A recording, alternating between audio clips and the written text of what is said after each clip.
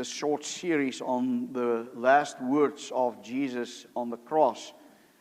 We have focused on the fifth and the sixth, and today we'll focus on the seventh and last word of Jesus on the cross, or the last saying of Jesus on the cross. So turn to Psalm 31, and we will read that together. And then our text will be the words that Jesus spoke on the cross, John 19, verse 30. Let's listen as our God speaks to us. In you, O Lord, do I take refuge. Let me never be put to shame. In your righteousness deliver me. Incline your ear to me. Rescue me speedily. Be a rock of refuge for me, a strong fortress to save me. For you are my rock and my fortress, and for your name's sake you lead me and guide me. You take me out of the net they have hidden for me, for you are my refuge. Into your hand I commit my spirit. You have redeemed me, O Lord, faithful God. I hate those who pay regard to worthless idols, but I trust in the Lord. I will rejoice and be glad in your steadfast love, because you have seen my affliction. You have known the distress of my soul, and you have not delivered me into the hand of the enemy. You have set my feet in a broad place. Be gracious to me, O Lord, for I am in distress. My eye is wasted from grief, my soul and my body also, for my life is spent with sorrow and my years with sighing. My strength fails because of my iniquity, and my bones waste away. Because of all my adversaries, I have become a reproach, especially to my neighbors, and an object of dread to my acquaintances. Those who see me in the street flee from me. I've been forgotten like one who is dead. I have become like a broken vessel, for I hear the whispering of many, terror on every side, as they scheme together against me, as they plot to take my life. But I trust in you, O Lord. I say, you are my God. My times are in your hand. Rescue me from the hand of my enemies and from my persecutors. Make your face shine on your servant. Save me in your steadfast love. O Lord, let me not be put to shame, for I call upon you. Let the wicked be put to shame. Let them go silently to Sheol. Let the lying lips be mute, which speak insolently against the righteous in pride and contempt. Oh, how abundant is your goodness, which you have stored up for those who fear you, and worked for those who take refuge in you in the sight of the children of mankind. In the cover of your presence you hide them from the plots of men. You store them in your shelter from the strife of tongues. Blessed be the Lord, for he has wondrously shown his steadfast love to me when I was in a besieged city. I had said in my alarm, I am cut off from your sight. But you heard the voice of my pleas for mercy when I cried to you for help. Love the Lord, all you his saints. The Lord preserves the faithful, but abundantly repays the one who acts in pride.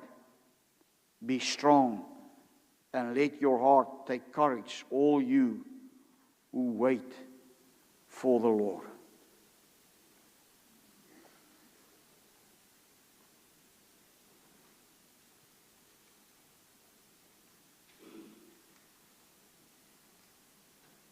If you listen carefully in Psalm 31, verse 5, the psalmist says, into your hands I commit my spirit. You have redeemed me, O Lord, faithful God. And then we hear our Lord Jesus Christ calling out with a loud voice while he was hanging on the cross, said, Father, into your hands I commit my spirit. And having said this, he breathed his last. Now, beloved in our Lord Jesus Christ, as I said earlier, we are coming to this final saying of Jesus on the cross. You know, the final words of a dying person often reveal the deepest convictions of the heart. On the cross, our Lord utters 7 sayings. Each one of these sayings we have seen revealed something specific about God's work and His plan of redemption and His act of redemption. And with this final saying, Jesus does not use new words. They are words taken from Scripture. It is a quotation indeed from Psalm 31, a prayer of David, specifically as I quoted from verse 5. But when Christ speaks these Old Testament words, something remarkable happens. What was originally a cry of trust from a suffering believer, David himself, now becomes on the lips of Christ a climactic declaration of the Redeemer who has accomplished salvation for His people. Yes, the psalmist entrusted himself to God and prayed these words in the hope of a future deliverance. But Jesus spoke these words after securing that deliverance. So once again, as we heard over and over again, Jesus was not hanging on that cross as a victim. It was not merely the words spoken by a man whose life was tragically taken away from him. No, these words were spoken by the sovereign Son of God. He was fully in control because He was 100% man and 100% God. He was fully in control even as He has completed this task that He was sent to do here on earth, giving His life in obedience to the eternal counsel of God. This final cry is not merely the words, as I said, of a dying man, but a triumphant declaration. I want to focus on 4 aspects to explain this passage to you this morning. First, Christ consciously fulfilled the Scriptures. We've seen that with the other words as well. Secondly, God sovereignly gave up His life, and what the meaning of that is. And thirdly, Christ secured eternal comfort for His people, and then fourthly, what that comfort is. Now first, Christ consciously fulfilled Scripture. If you look at Psalm 31, as one commentator said, and I quote, "Few psalms placard before us the beauty of loving trust in the Father God when walking the way of the cross as artfully as Psalm 31." We could hear that Psalm 31 is a psalm that was written during a time of suffering for the psalmist. David was surrounded by enemies, people who falsely accused him, people who mocked him. His life was indeed in danger, and he was clearly miserable. Thus there is a desperation in this plea when he prayed, "In you, O Lord, do I take refuge. Let me never be put to shame. In your righteousness, deliver me." That was his plea. And in verse 2, "Incline your ear to me, rescue me speedily." And that word literally means quick, quick, save me. You hear that desperation. But see where it goes with his fear. To none other than God Himself. You and I know that the theme of danger from enemies is often found in the Psalms. If you just think of Psalm 9 verse 15, it talks about the fowler's net. There was just like here, a terrifying danger that was spread before him. And no one but a powerful Redeemer and a strong refuge could save him. Psalm 18 also describes God as the rock, the refuge and fortress. Only there we are safe against danger. Instead of thinking he might fall in the hands of the enemy, in verse 8, the psalmist then cry out, "Into your hands I commit my spirit." You have redeemed me, O Lord, faithful God. David is essentially saying, Lord, I have no desire to go anywhere else. I place my life completely in your safekeeping hands. You see what David was doing? He entrusts all of himself, his whole life, to God's protection. Calvin said David committed his life to God's guardianship, knowing that his life is safe only when it is kept in the hands of the Almighty God. For David, and for that matter, for all of God's children in danger, this is a prayer for preservation. His hope is that he will be rescued from death. But remember, we are busy determining how Christ deliberately fulfilled the Scripture once again. Well, even the deaf, I'm sure, could hear that Jesus took these words from Psalm 31, verse 5, right? With confidence, he speaks again, but now Jesus is not saying, when he used these words, he's not saying, my God, why have you forsaken me? You remember those words determined this distance between him and God, and there's good reason for that. Now this time, he is actually calling God his Father. Because while he was paying for our sins, he did not call him Father. Then the relationship between him and the Father changed, because it was a judicial relationship, and he stood there in our place on a divine judgment of God. But now, after saying, it is finished, the relationship returns to one of intimacy. Now, once again, he was able to say, Father, because the atoning work was completed. The relationship between God and his Father was restored. Our sins that separated Jesus in our place from the Father, our sins that make him bear the full wrath of God to the point that he experienced the angst of hell, was over at last. Yes, God's justice was answered. His wrath was exhausted. Now propitiation was made, and God the Father has accepted the payment. And when he committed his spirit, he's not only talking about the body, but his spirit indwelt soul, his whole being, all of it in its completeness, he handed over into the hands of God. There is yet one more thing you have to see when we talk about Jesus fulfilling the Scriptures. Jesus not only quote this first, well, let me first say, he's only quoting the first part of verse 5 of Psalm 31. Father, into your hands I commit my spirit. He does not repeat the last part. You have redeemed me, O Lord, faithful God.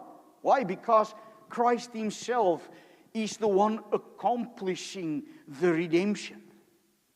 David hoped for it, for the redemption. Christ secured the redemption. The psalmist speaks as a believer in need of salvation. Christ speaks as the Redeemer of his saved ones, the one who accomplished salvation.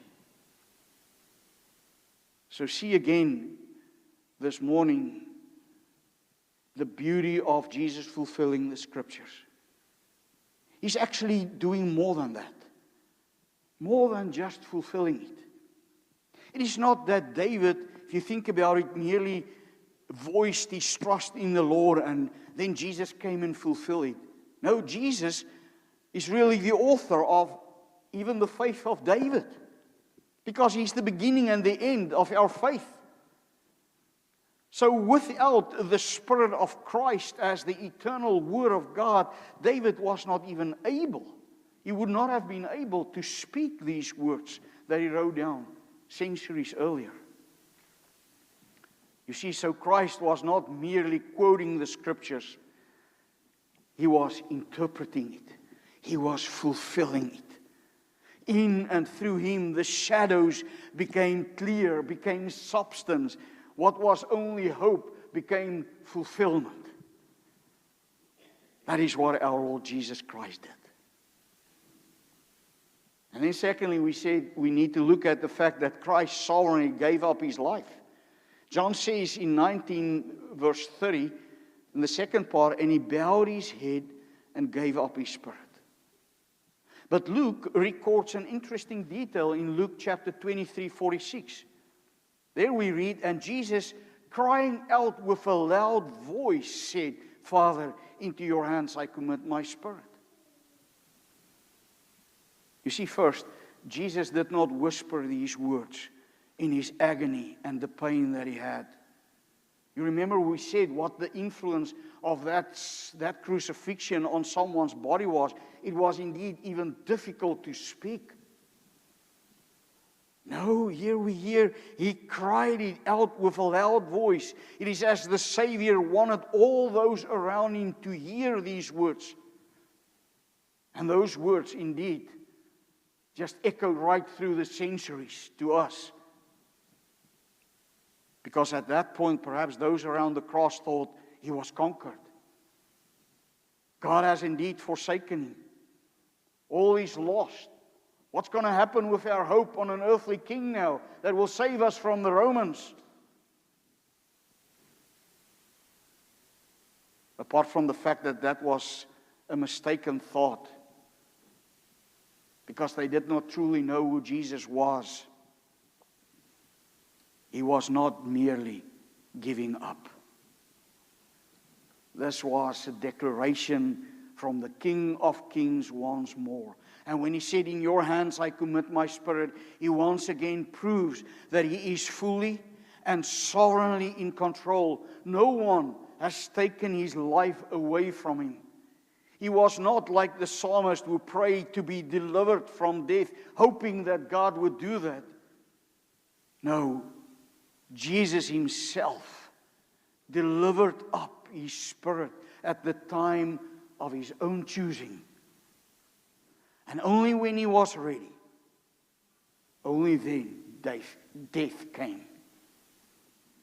In other words, Jesus decided when he stopped breathing. Yes, not a single event on the cross was not decreed and determined by God and eventually executed by the sovereign Jesus, Lord of Lords himself. And this indeed fulfills his own words recorded earlier in the Gospel of John in chapter 10, verse 18, where he said, referring to his own life, no one takes it from me, but I lay it down of my own accord. It was A.W. Pink that said that Christ did not die because his strength failed. No, Christ dismissed his spirit as one possessing authority over life itself. See again the order of events. He commits his spirit to the Father. Then he breathes his last. Death did not overtake him. He determined the moment of his own death. He was, as Calvin said, still the Lord of life, even while dying. The good shepherd who laid down his life for the sheep. But that brings us also to the truth that Christ acted in fulfillment of God's eternal decree. Do we have to say it again? Well, I will. The cross, the crucifixion of Jesus was not an accident, not a mistake. It was not the result of human hatred or even of political or religious conspiracy. No, the Word of God makes it clear that the death of Christ took place because God has decreed it already in eternity. So what happened in the Garden of Eden did not catch God off guard that he had to make new plans to save face. And I say that with respect. No, it is written about the Son of God in Revelation 13:8, and I quote that that He is the Lamb slain from the foundation of the world. And Peter, as he preached to the masses, declared in Acts chapter 2, "Men of Israel, hear these words. Jesus of Nazareth, a man attested to you by God with mighty works and wonders and signs that God did through Him in your midst. As you yourselves know, this Jesus, delivered up according to what? To the definite plan and foreknowledge of God, you crucified and killed by the hands of lawless man. God raised Him up, losing the pangs of death, because it was not possible for Him to be held by it." This must be like music in your ears. I hope it is. Because no plan of God could ever be thwarted by men. Understand this correctly then. It means that before the foundation of the world, the Father, the Son, and the Holy Spirit ordained the work of redemption for God's people. Theologians often call this the covenant of redemption. The Father sent the Son of God willingly came. And He executed that plan. And the Holy Spirit now applies the work of salvation to God's people's lives and hearts. That's what the Holy Spirit is doing right now again in our midst as the Word of God is being preached to you. You see, the cross is the center point of God's eternal decree. Always determined, perfectly executed, in its finest details. Committing Himself to the Father completes the mission that He came to accomplish. All His obedience was completed.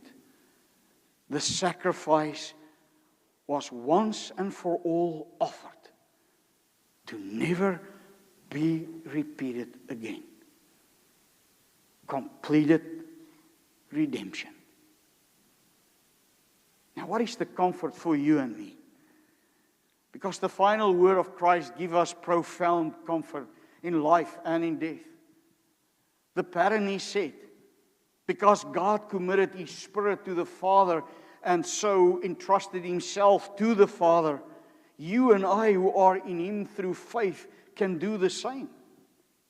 Death for the Christian is not disappearing somewhere into the unknown one day. It is literally placing our soul into the faithful hands of God, because we know where we are going.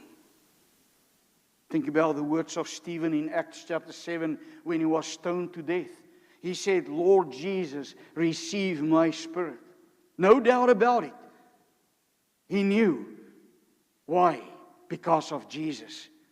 He had that assurance, not because it rests on our own feelings. We may have that assurance for the same reasons. Not because of our own feelings or performance of our own consistency. No, it rests on Christ's finished work that secured our salvation completely. You and I, in life and in death, are secure and safely in the Father's hands. Even when we die, we can die in peace, because death is no longer judgment, and death is conquered, because Christ did not only die but rose again from the grave. Christ entrusted His Spirit to the Father and was raised. Thus all who are united to Christ through faith will be raised one day as well. His resurrection ensures our resurrections. But you know, this is not only how Christians die. It is also how you and I should live each day.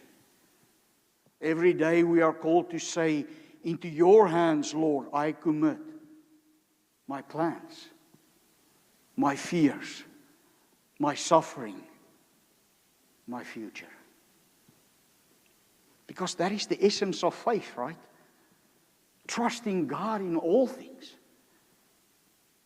So remember then, brothers and sisters, Christ did not die in despair, but while he was trusting his Father, and so ensuring our trust forever, not in defeat, but in victory, to ensure our victory forever, not in uncertainty, but in assurance, so that you and I may have that assurance forever. So let me ask you, could you truly say, right now, Lord, receive my spirit? Because remember, if you are still outside of Christ, you cannot say these words. To commit your spirit to God without a mediator. And Jesus is that mediator, is to face him one day as judge. And no one or nothing will ever survive that judgment. They will be always away from the Lord's presence in eternal misery. But here is the good news. The one who said these words has made a new way. Through his death, sinners can become sons and daughters of God. Through his cross, rebels can cry out, Father. Because the hands that received Christ are the hands that will receive you for Jesus' sake. Entrust yourself to him now. But not only now, also daily. And finally. And God's people say, let us pray. Father, as we come to you, we thank you for the wonderful, completed, once and for all, perfect work and atonement of Jesus Christ. That nothing could ever be repeated or is necessary to be repeated, because it was all done. And all you ask of us, Lord, is to receive it by faith. So, Father, if we are weak in our faith, continue to grow our faith, so that we would indeed entrust all of ourselves, everything, our lives, our plans, our fears, our suffering, our future, in your hands. Yes, that we would trust you indeed in all things. We praise you for our Savior. We praise you for our mediator that freed us also from your eternal judgment and wrath. Lord, let us live with gratitude each day. Let us obey you out of thankfulness for our salvation. And we pray this in Jesus' name. Amen. Let us sing about that love of God, love divine, all love excelling.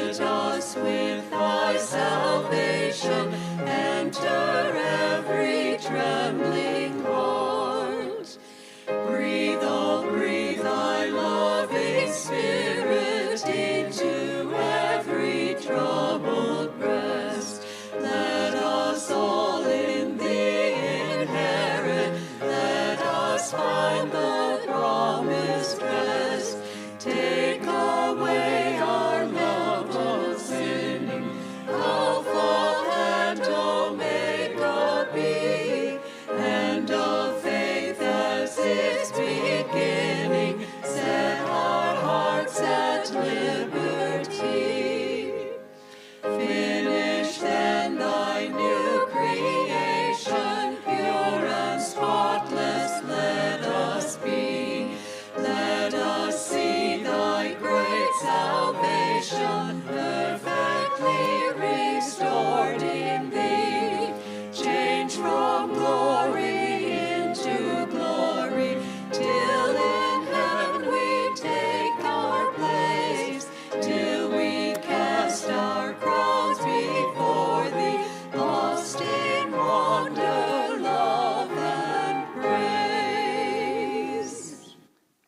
receive God's blessing and go from here in peace. And please remember to just have your seats for a minute.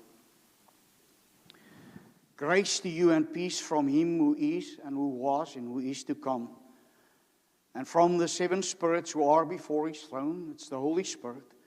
And from Jesus Christ, the faithful witness, the firstborn of the dead and the ruler of the kings on the earth. Amen.